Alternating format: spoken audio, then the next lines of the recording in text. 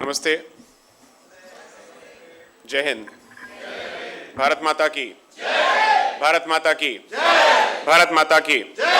Thank you. I thank FISI UK for organizing this event and for giving me an opportunity to present my views from this prestigious platform. I'm grateful to the Nehru Center, the director, the deputy director, for collaborating with FISI UK for making this possible. I'm grateful for the presence of distinguished members of London, the Indian Diaspora, Sri Nandakumar Garu or Nandakumar Avare, the director of Bhavans, and for all those who have managed to come on a weekday and were humble enough to actually occupy the steps. Thank you so very much. Means the world to me.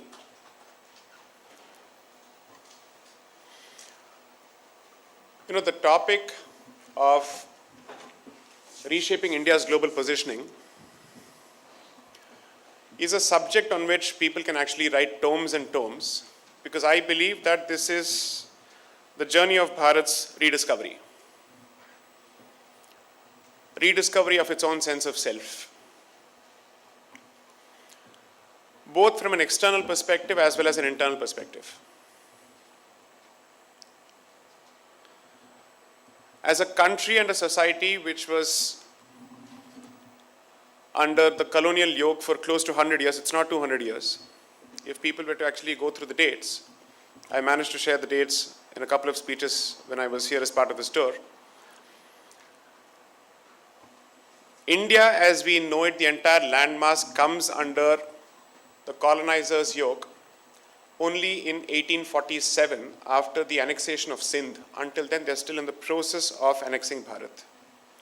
So strictly speaking, 1847 to 1947 is the period, of course starting from 1757 from the Battle of Plassey. I would divide Bharat's journey as the successor state to the Bharatiya civilization, as a modern nation state from 1947 onwards in the following timelines. 1947 to 1975 would be the first timeline that I would look at. 1975 until 2000, or rather 1998 would be the second timeline. 98 to 2004, 2004 to 2014, and 2014 onwards is a different chapter altogether. The reason why I would focus on the first 30 years or so of Bharat's independent existence as a republic is that was the time we laid the foundations for several of our state institutions. We were presented with certain hard choices because that also coincided with the beginning of the Cold War, which presented a particularly picklish situation for countries of the Asian continent, especially the colonized nations or countries which had achieved political independence in the 1940s, because they had to choose between one bloc or the other. And it was in that moment that Bharat as a fledgling nation chooses to actually occupy a center space or a space in the middle, which I think was perhaps gutsy and audacious, but in hindsight perhaps was premature, for the simple reason that you cannot afford to take these kind of positions unless and until you have some economic heft, something to offer of value. Nevertheless, for a country which was relatively fledgling and which was still trying to feed close to 36 crores of people, out of which the bulk of them were under, well, let's say they were reeling under severe conditions, it still had the originality to take a certain position which said neither the left nor the right, I'll perhaps occupy a space in the middle. But 1947 to 1975, apart from the external challenges that Bharat faced, also presented a unique opportunity for Bharat from an internal perspective to test the strength of its constitutional and democratic framework. A lot of people had actually written off this experiment called India in 1947 because never before had anyone attempted this kind of an experiment where a country, which is in fact a continent that masquerades as a country, with this kind of mind-boggling diversity, comes together to create a nation state. And I think we had an equal number of detractors and proponents who were curious to see this experiment either succeed or fail and falter. And I suspect the number of people who wanted it to fail was perhaps more. A lot of people believe that Bharat's democratic framework and its constitutional underpinnings are perhaps responsible for its success and its continued existence. I believe that two things went hand in hand. One, for good or bad, the new elites of Bharat who took over from the colonizer decided to adopt a certain policy of continuity to keep that particular state together. Because that experiment which the colonizer had started had managed to work itself out decently. And therefore, in 1947, perhaps it made sense to continue with that particular policy of continuity until you had the ability to perhaps hit the reset button. So 1947 to 1975 onwards, I would see, or until 1975, I would see this particular phase of Bharat's history as a period which was driven largely by necessity than by choice. And it is during this particular period, several of our state institutions were set up, from the Indian Institutes of Technology to the banking sector to heavy industries, so on and so forth, which in hindsight might militate against the grain of a capitalistic thought, so to speak, but have been significantly responsible for putting together a robust framework which has given employment to a lot of people, which has also ensured that the state invested in those sectors where private investment was not possible or the return on investment was not guaranteed. And three, when banks were nationalized, there was a huge flack and there was a lot of furor in India at that point, resulting in several constitutional challenges before the Supreme Court to the act of nationalization. But in retrospect, Bharat's nationalized banking sector has also been significantly responsible for shielding it and cushioning it from the shocks from the outside world, especially as the world got more interconnected thanks to globalization of markets. What I'm trying to perhaps say is that sometimes it's easy to get swayed by a political lens when you look at Bharat's history, but if you were to look at it in retrospect from an economic perspective, some of those decisions did indeed pay off and help us create a solid, stable framework, even if it were sluggish occasionally, for us to then open up the market as well as internal as well as external market for private innovation. Now, this is also one of those periods when Bharat perhaps significantly suffered from lack of originality because it followed a policy of continuity, both on the social sector level, at the education level, so on and so forth.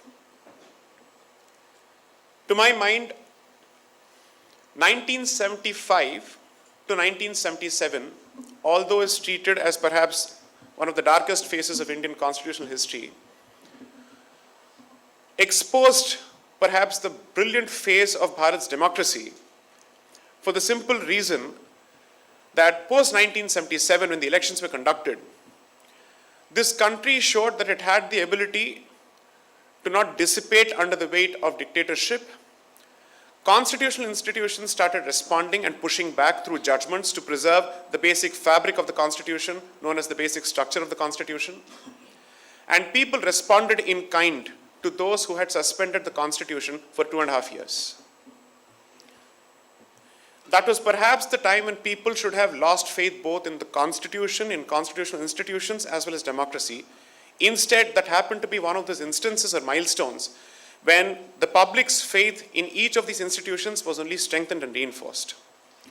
And there is perhaps something to be said about the Indian society and state when you actually look at this particular period. Because as I've said before,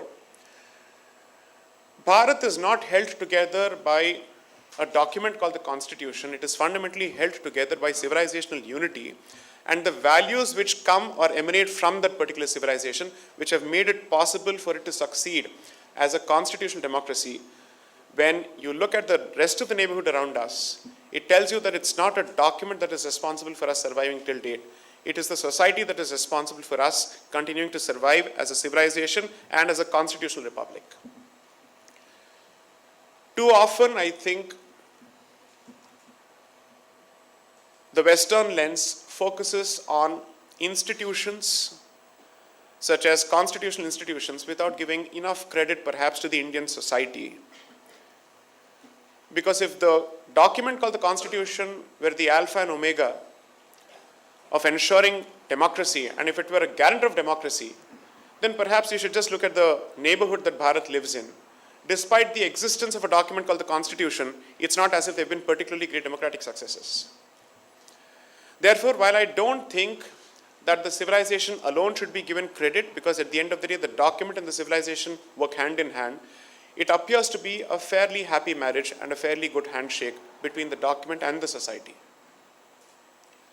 Most importantly, I do believe that notwithstanding the picture of sometimes chaos that meets the Western eyes, I believe that it is a picture of vibrancy more than chaos, where institutions push back against each other to ensure that the balance of power is actually maintained between the three arms or the organs of the state, along with a fairly free and diverse fourth estate, namely the media. So much so that during the emergency, when there was a clampdown on free speech, the judiciary as well as the fourth estate rose up to the challenge to speak truth to power. And that tradition continues till date. 1975 to 1991, according to me, represents perhaps the next phase of Bharat's evolution as a nation state. Because voices other than the voices that inherited the, let's say, the independent fledgling nation state had started emerging on the political scene of Bharat, thereby representing a new voice, a fresh alternative, a new thought and a new direction, and a new option for the customer, namely the electorate or the voter. According to me, 1975 is when that journey began, when an alternative to the so-called mainstream political party and political ideology was presented to the public. All this while there was a fair diversity of political options, the Achilles heel for Bharat proved to be the lack of options on the economic front, because it continued to follow a closed economy, a licensed Raj, so to speak, which did not allow for the growth of the private sector and private initiative, which was unfairly dubbed as the Hindu rate of growth. 1991 was a fantastic turning point, although under dark circumstances when we were actually forced to open the markets. It showed two things. One, that the lack of private innovation until then, or at least the paucity of private innovation until then, was primarily because of self-imposed restrictions and not because of lack of an innovative tendency within the society. And once you opened it up, I would say 2025 from there was not far off and was not non-obvious for two reasons. One, from 1991 onwards, the rate of growth has only jumped and has remained stable, and it has not plateaued. Two, with time and with more economic prosperity, Bharat also started asking significant social and cultural and civilizational questions of itself, which it did not have the luxury of asking prior to 1991. What I'm trying to say is, perhaps if the experiment of 1991 had been undertaken in the 1970s or even in 1947, perhaps questions of decoloniality and civilizational pride that we're asking of ourselves post-2014 would have been asked at least by the 1960s or latest by the 1970s. Most importantly, on the foreign policy front, Bharat has always been accused of not having the ability or the guts to take a position and of being a cat on the fence, particularly on matters of international relations and on geopolitics, saying you don't wish to take a side. And I think to that, the current dispensation has given a fantastic answer. Bharat has always chosen a side. It is Bharat's side. We don't wish to be on the side of any particular ideology or a bloc.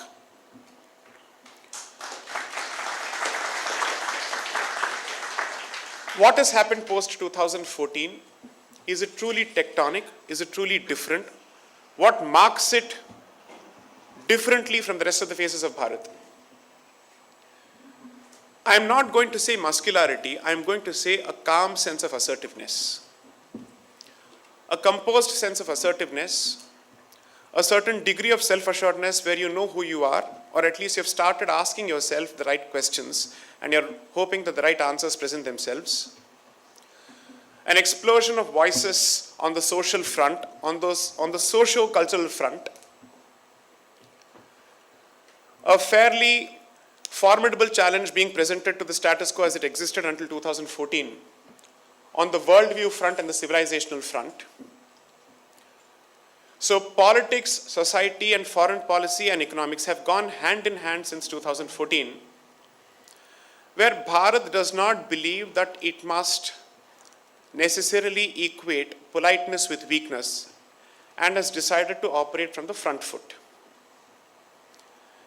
and has decided to assert itself on the table of big powers, and has confidently asserted that as perhaps the oldest living and surviving civilization, it certainly has a lot more to offer to the global pool of thought as well as to global prosperity, with solutions to offer for global challenges such as climate change. In my view, the coming of age of Bharat is represented by the fact that it is no more trying to address the problems at home, it is also trying to address the problems of the world, and is presenting the best of options possible in a manner that is affordable, be it healthcare, be it space research, be it climate change, green technology, so on and so forth. Even in the period post-2014, I think the standout period has to be 2019 to 2025 for a specific reason.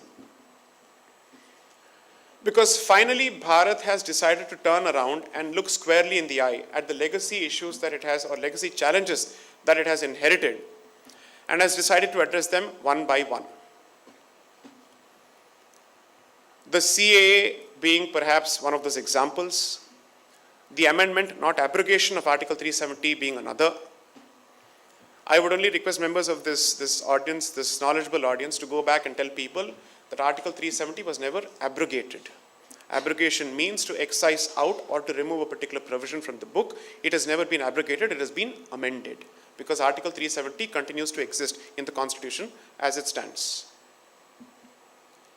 So the amendment of Article 370, addressing certain civilizational disputes through the forum of the judiciary as opposed to resorting it on the streets or resolving it on the streets, and showing perhaps a way forward for truth and reconciliation through the highest constitutional forum of the land, namely the Supreme Court, with diverse voices populating that particular bench, which delivered the verdict on the 9th of November 2019. Post-2019, once COVID hit the world, the test of Bharat as a society, the test of Bharat as an economy, the test of Bharat as a polity, all of which were tested, dare I say, I think Bharat came out with flying colors. For multiple reasons. One, it managed to offer homegrown solutions to the perhaps the largest, at this point I think the largest population in the world. Number two, it showed that it had the wherewithal to develop solutions from within without having to develop on the fall back on the West. Three, its economy managed to survive that scare, and we managed to secure our borders and defend our borders during that vulnerable period when faced with a challenge on the northeastern border. 5, curiously, the lockdown also presented members of the Indian society with a fantastic opportunity to ask some hard questions of themselves as to who we are and where we come from. And in my view, the Indic Renaissance owes its origins not to 2014, but perhaps to the COVID period, which is when people started seeing an explosion of voices, thanks to people having the luxury of consuming those voices on YouTube. Don't you think so? And post-2020, if anything, Bharat has shown the confidence not just to succeed, but also to absorb failures. And that, I think, is the true test of confidence. 2024, 2025 in particular, and perhaps the last 1 year, has shown that Bharat has finally developed the confidence to go it alone when it comes to important decisions, whether or not the world supports it.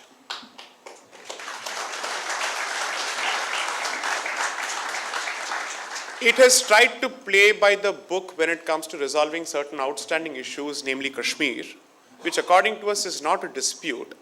It may be a dispute in the minds of someone else, but not us as far as we are concerned. It has chosen to abandon the good boy approach because clearly it has not paid off.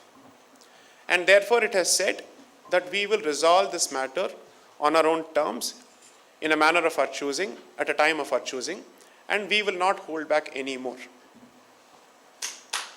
In my view, while having taken the decision, Bharat has actually acted with a certain degree of restraint and maturity.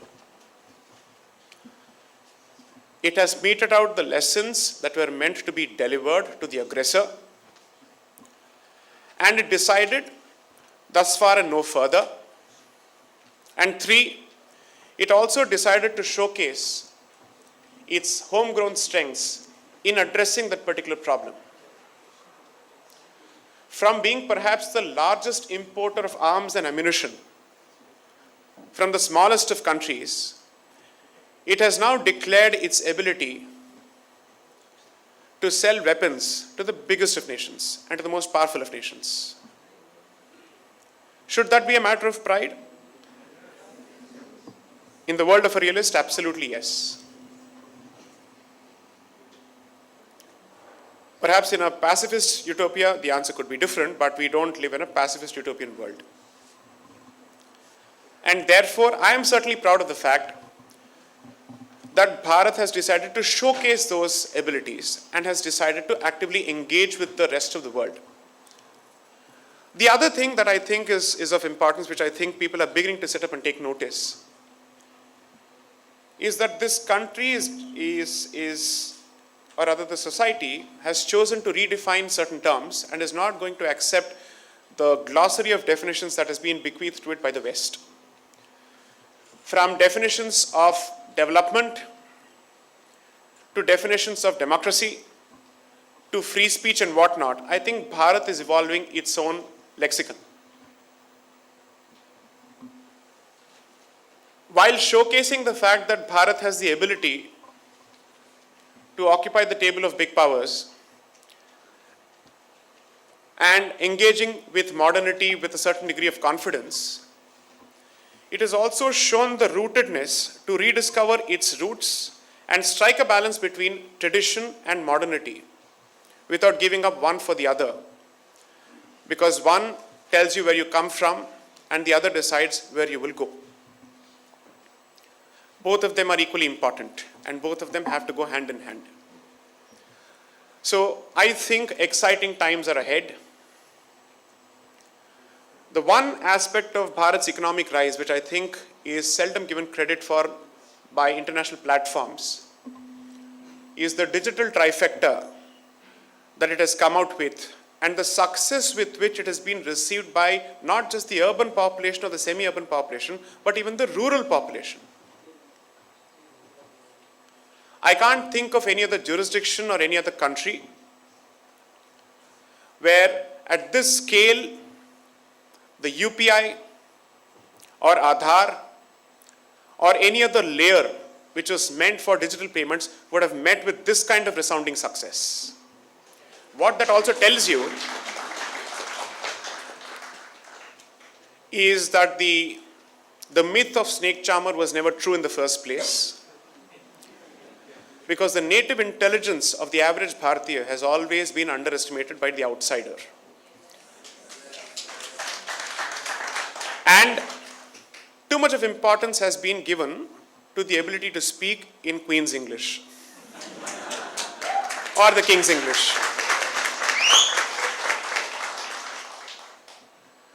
We finally have a head of state who is comfortable speaking in a Bharatiya language on international platforms.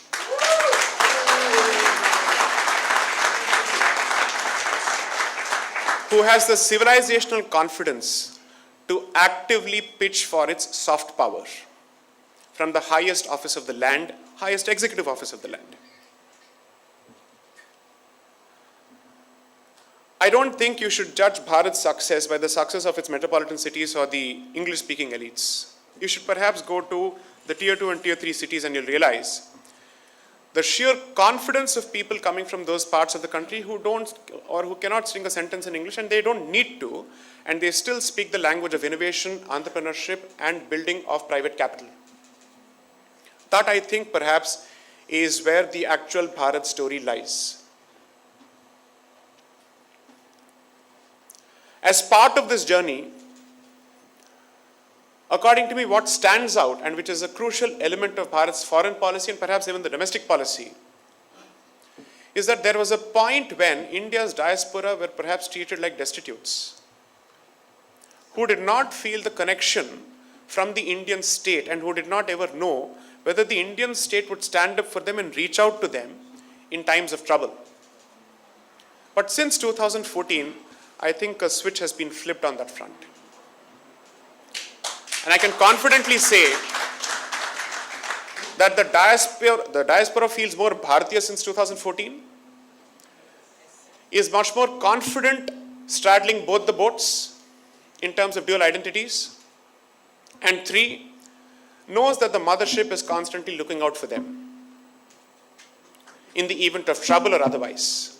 And 4, the mothership is conscious of your strategic presence and value, which has been, according to me, underused until 2014. So perhaps if you look at it from a panoramic perspective, 2014 onwards, I think the stars have aligned to herald, according to me, the Bharatiya age. It will take some time because the challenges are not small, and the challenges are not small even in terms of magnitude, forget just the numbers. But according to me, that's a very good thing. I don't think Bharat should hope for a meteoric rise, because then the fall would be equally meteoric. Bharat should aspire to address its problems step by step. And that also means that it presents a fantastic economic opportunity for the rest of the world, because this growth story will not conclude in 5 or 10 years, but will go on for at least 35 to 40 years. And this model of development, I think, is going to be an important lesson, because every time a country or a state chooses the path of meteoric rise on the economic front, nature pays the price. And therefore, Bharat's ability to consume and digest gradually will also be a lesson in terms of sustainable development and consumption with restraint. That, I think, is going to be one of the biggest lessons that Bharat's rise will have for the rest of the world. Finally, to all the publications here and broadcasting corporations here and on the other side of the Atlantic, I have a subtle message, or perhaps a not so subtle message. You don't need to teach us diversity.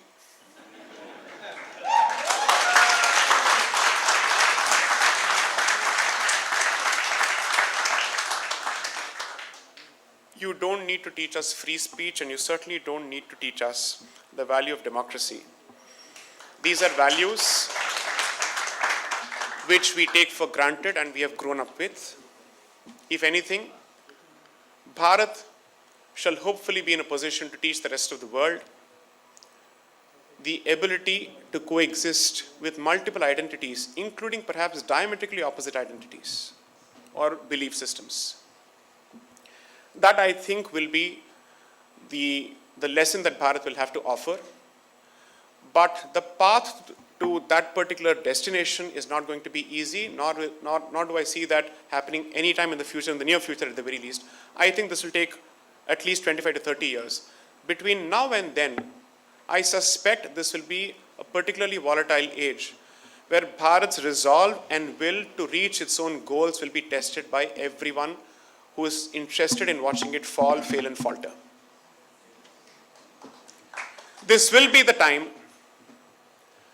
when indices of free speech and democracy will be used against us. Our models of development will be questioned. The fundamental values which we hold dear as a civilization will be called into question and ridiculed and mocked. And we will see the veneer and facade of sophistication go aside and the true colors come out. The true colors will emerge. And I suspect they will emerge in your adopted homelands. So perhaps you must steel yourself and build stronger bonds with the mothership and stand your ground here, because you have contributed to the growth of each of your adopted homelands with confidence and with conviction, and by being model law-abiding citizens. You have no reason to worry. You should not be worried.